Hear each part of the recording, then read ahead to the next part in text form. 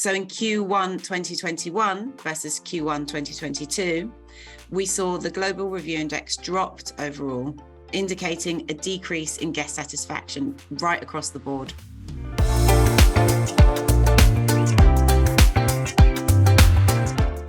Hi Zoe, and welcome to GX Talks. So today we will discuss global review trends. So ReviewPro recently published the Global Hotel Review Benchmark Report for Q1 2022. So maybe you can start by explaining us how you gathered and analyzed that data. So thanks for having me today, Laura. We actually gathered data from over 7,500 establishments worldwide. And this represented the different global regions. So we had Europe, Asia Pacific, US and Canada, Latin America and the Caribbean, and the Middle East and Africa. For each region, we provided 1,500 hotels. And in the end, this totaled over 1 million reviews, of which over 700,000 had text, which we also analysed. All the data for Q1 2022 is compared to the same period last year, and that's how we can help understand how the industry has evolved year over year. What are some of the key findings you can share with us for review volume and source? So firstly, review volume. It's increased by 46.5% globally. This, of course, is an average. And so when you dig deeper into the regional data, there's actually a huge variation. European review volume, for example, has risen by over 500%. And this really reflects the strict lockdowns of last year versus the bounce back in travel this year. In contrast to that, Asia Pacific showed an actual decline of 8.9%. Unfortunately, tourism has not yet recovered really in that region, and many of the regions are still experiencing travel restrictions in Q1 this year. As for review source, the distribution is changing. So Booking.com increased by a full 10 points over 2021 in stark comparison to TripAdvisor that only increased by 1.4 points. The total distribution share being at 39.2% for Booking.com and 10.2% for TripAdvisor. While Google didn't much increase its share of distribution, it still held strong as a leader in review source at 29.8%.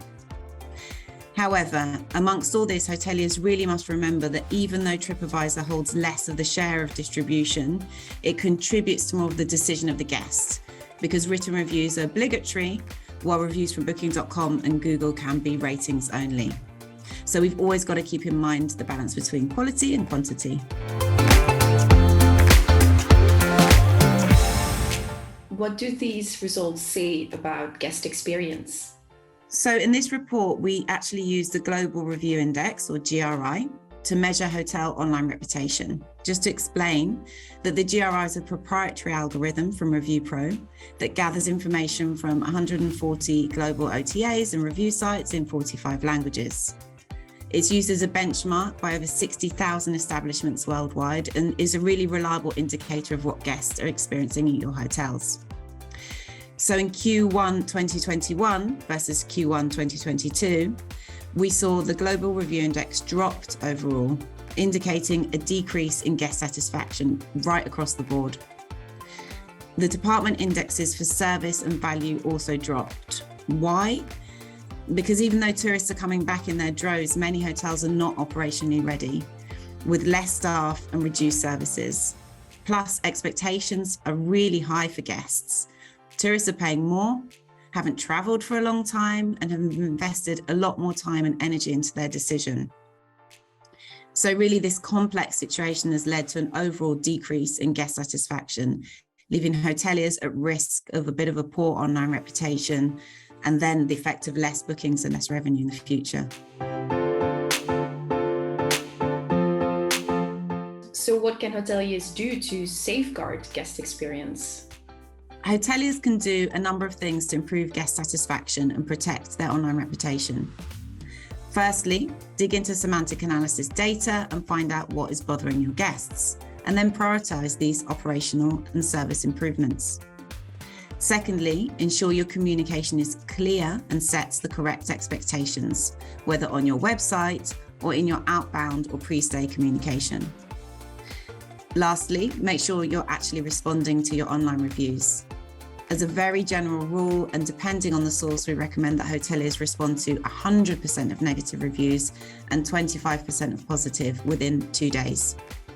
With only 61.2% of reviews being responded to and taking almost double the recommended response time at 3.8 days to get back to guests, global hoteliers are not quite up to the mark right now. If you put this into the context of chronic staff shortages and high demand, it's completely understandable. But really, it's at this point where we need to think about smarter ways of operating and automating the systems, reassessing processes so we can meet these benchmarks.